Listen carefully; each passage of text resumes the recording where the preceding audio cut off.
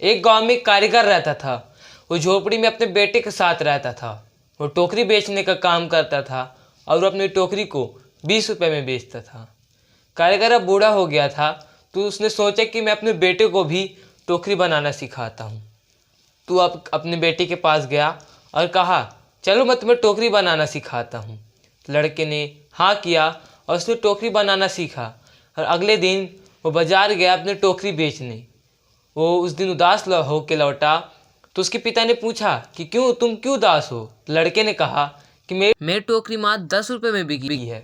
पिता ने कहा, चलो मैं तुम्हें और अच्छी टोकरी बनाना सिखाता हूँ।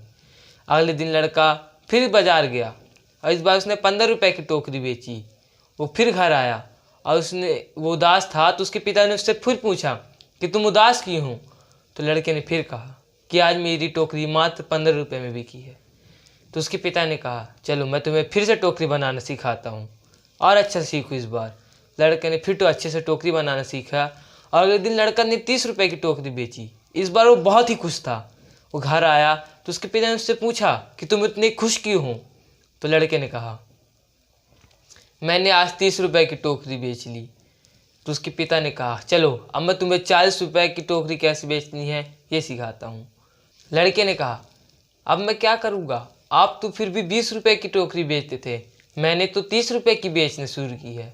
तो उस पिता ने कहा कि मैंने भी अपने पिता से यही कहा था कि आप 15 रुपये की टोकरी बेचते हैं, मैं तो 20 रुपये की बेच रहा हूँ। मैं ही टोकरी बेचते आया हूँ, क्योंकि उससे ज़्यादा कि मैंने कभी टोकरी बनाई ही नहीं। इस कहानी से हमें ये सीख मिलती है कि हमें थोड़े से सीख लेने में घमंड नहीं करना चाहिए कि मुझसे सब कुछ आता है, क्योंकि दुनिया में ऐसा कोई ना कोई होगा जो आपसे कुछ ना कुछ ज़्यादा ही जानता होगा। अगर आपको ये कहानी अच्छी लगी हो तो कमेंट में ज़रूर बताइएगा।